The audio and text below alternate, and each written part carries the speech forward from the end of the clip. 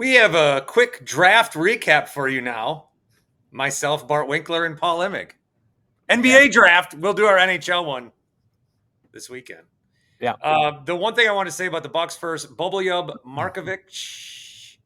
I have a harder time saying the second part. A+ from Yahoo. Well, really? Markovic was a first rounder on my personal board. I consider him a steal at this point. He makes sense for the Bucks regardless of what happens with Giannis. High upside stretch forward, offers skill as a passer and post scorer, but to handle the rigors of the NBA and become a plus defender, he needs to add muscle, so it would be worth a stash. I don't want anybody to be stashed. Just play. Who's the writer? Whoever's on Yahoo, I don't know. Maybe it was AI. They fired a bunch of guys for AI. So I don't know. When you're picking 45 or 47, whatever they were, take a swing. Well, Giannis was waiting with bated breath. His decision's going to be. So I think at first, Shams was just doing whatever. He's definitely doing a version of a bit now, right? You think so? After Giannis did the don't we really miss Woj? There's two things that can happen. The most likely thing is that Shams is doing a bit, or he's just playing into it for clicks and for airtime or whatever else. The second option is he's the one person who has information and he gets traded. And I'm going to though I have been pro Giannis trade in the sense that I think it's good for the Bucks long-term future, I now cannot have Giannis get traded because it will mean that Shams was right. Yeah. And fuck that guy. So I call him the Diana Rossini of the NBA. That is, well, Diana Rossini bats like 150. Shams has a higher batting average than her, but in the case of Giannis, Shams' batting average is in the Rossini Rogers range. Yeah, I literally believe that, when Diana Rossini has a Rogers report, I'm not doing a bit. I then know the opposite is true of Rogers. Yeah. Not kidding. You're right. And now I'm to the point where Shams is either doing a bit or he's the one guy with a plugged in source. And even Chris Haynes, who has, very dialed in Giannis Dame Bucks sources. If I don't know, it feels like a thing Shams wouldn't have done if he wasn't the new ESPN insider, like what Woj was. That feels very, I work at ESPN now, so I play this game. You know who has to be doing a bit right now is Nico Harrison. He's talking about how fans finally see the vision. I didn't hear that quote. I heard others. He said that today. Oh my God. The other day he said fortune favors the bold. I heard that one. So Nico Harrison trades Luka for a bad return. Yes. And even if you get to the point where you're like, guys, you got to trust me. I know we got to the finals, but it's not happening with Luka. We're not getting to the final. That's what I see. If that's what he believes, then okay, go find a trade for him. That makes sense. Ask more than one team. Right. But then they traded him. The vision was you thought you had a championship contender with Kyrie and AD. Right now in 25. Yeah. They both get hurt. You make the play-in tournament. You're still trying to win. You won the first game. Mm-hmm. You're trying to get in the playoffs. Well, don't get in the playoffs, which I think you shouldn't be in the lottery if you're in the play-in tournament. I love that take, and you should keep hammering it. And then, in improbable odds, they get the number one pick in a year where it's a guy who's thought more highly than some of these other number one picks that come and go. And he's up there saying this was the plan all along.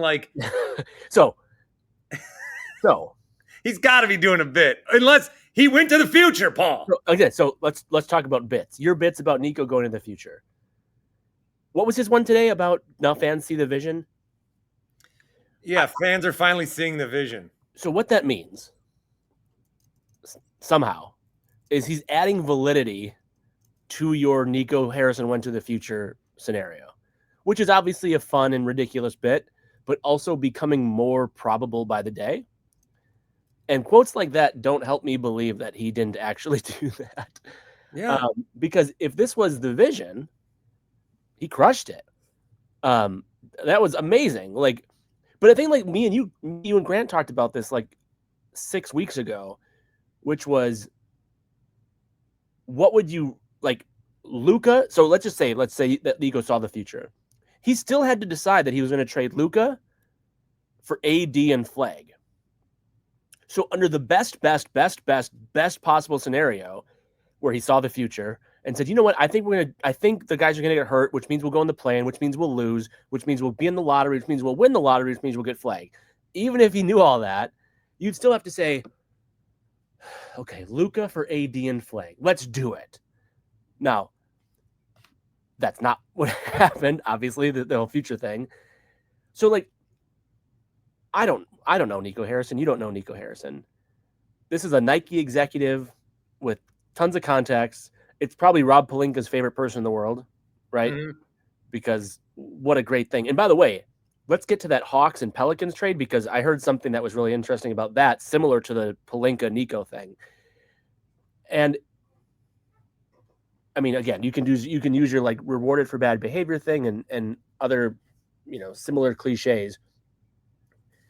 But they not only had to get AD and Kyrie hurt, they then had to get in the play-in and lose the play-in, which they wouldn't have done if either of those guys didn't have the devastating injuries that they did, where AD missed like 20 games, came back but was hurt. Kyrie tore his ACL.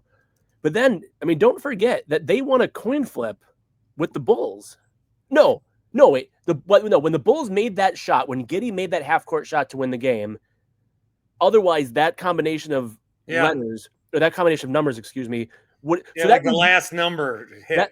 Right. So that means Nico also knew that Josh Giddey was going to hit a half-court shot to supplant the number layout. Oh, when they beat the Lakers and Chicago was going crazy?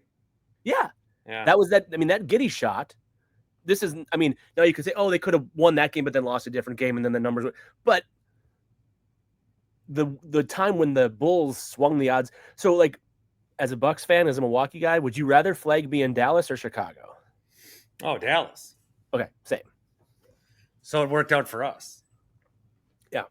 But also, again, these are so many things that improbability. And then Cooper Flag, they got this guy, Cooper Flag, like, you know how every time the Spurs have number one, it's, oh, here's Tim Duncan. Oh, here's Victor. Here's Cooper Flag. They're like, we can't send him to Charlotte.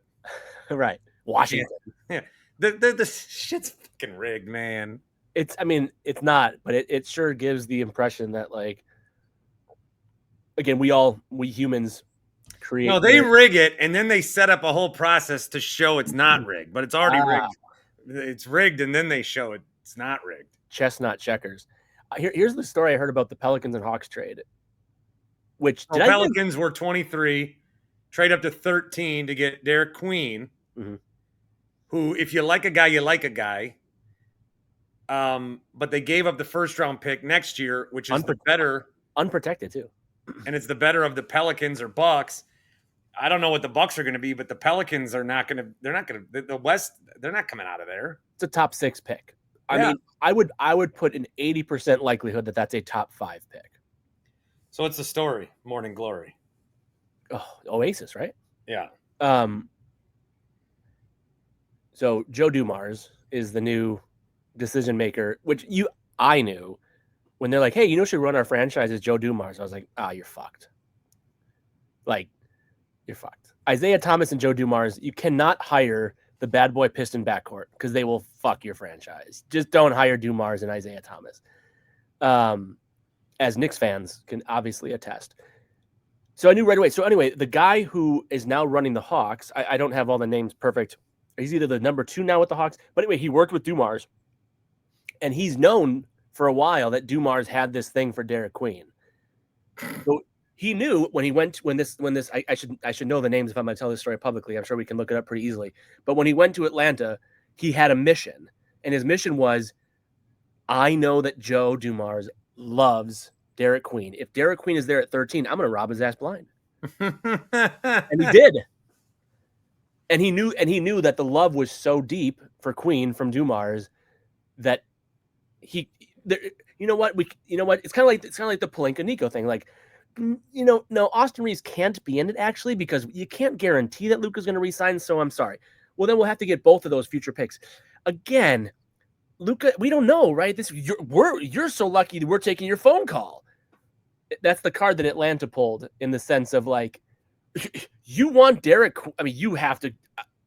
You want to protect the pick. Then I'm just gonna have to hang up. Sorry, Joe. Awesome. I mean, terrible, but amazing and awesome. You really can't trust anybody in your life. I mean, how long has Pelinka been like? I bet Nico's gonna get an NBA GM job one day, and one day, I'm gonna call his ass for some crazy trade. He's probably for 5 years been practicing the speech in the mirror. Yeah. Oh, that Luka. I'm doing you a favor. I'm doing you a favor. I'm doing you a favor. I'm doing you a favor. Luka is too fat. Luka is too fat. Luka's too fat. Yeah. Are we interested in the Ace Bailey drama? What's the deal? Does he just not want to play basketball at all? I didn't watch him a lot at Rutgers. I'm not a college basketball guy. I know you're not either, but I've watched enough to be like, if he cared the way that like Dylan Harper or Cooper Flagg care, if he had that level of competitor, he's probably going ahead of Dylan Harper at 2, and he's definitely 100% going number 3. I don't know. I know I get what the Jazz are doing. Like they're stuck, right? They're stuck in mediocrity where it's like a good draft. Didn't they get our boy Tanjay? Yeah, like 47 or no 53 or I don't know what it is, but they're like you're the Lauri Markkanen led Jazz. Lauri Markkanen's a good player, but like, come on, like you're competing with the Pelicans right now for the bottom of the West for the foreseeable future, and so you took an upside thing, and like I get it, but again, if I ever got my chance to run a team, and Danny Ainge and his son, they're able to do things that some GMs couldn't, right? Like we talk about this in other sports, like don't let a GM run your team who's going to do it because they need to keep their job for another year. The thing I like about it in theory for Utah is that Danny Ainge, and he's so powerful, so influential, so trusted that not only can he run your team, but he's like, hey, you know who'd be a good successor / like guy for me? My son. My kid. So he's doing the right thing because he's not worrying about his own job security or his like he runs the show, and so he can take these swings. If you or I or any like first time GM with no credibility to fall back on could not have done that. So like I like it from that perspective, but I would never have done it. The other things that I brought up, I think, because the NBA draft, people are like, all right, I'll see this, but nobody knows what the hell's going on. Yeah. Duke having all their starters drafted, that's interesting. Love it. The Thunder having a pick is always interesting. They got a big man. Yep. The Nets didn't trade a single pick. Yeah. They had 4 first-round picks. 5 first-round picks. Yeah, and they didn't package that or trade it in any way. And they took a bunch of guards. I'm sure they tried to. And, everyone knew that they wanted to trade. I mean, I'm assuming, like, everyone knew they wanted to trade some of them. And, yeah. Other than that, I don't know. Yakin Chonis going to the Heat. I don't know why he fell as much as he did from Illinois. We mentioned Clayton. The Heat always have a guy drop to them. That's how it works. I mean, is it a guarantee that Konkanipple is going to not do shit in Charlotte? I would be very surprised if he doesn't have a 12 to 18 year career, though. Yeah, but it's going to be like he's going to be like traded in these deals like the Zeller brothers. I don't know. I just feel like if he's going to Charlotte's just doomed. Yeah. You go to Charlotte. See ya. Yeah. Congrats on your I would not want pension. I would not want to like go through my one draft as a top prospect and be like it was the who was it that got drafted by Toronto and dropped the F-bomb? Like that's what I would have reacted if I went to Charlotte.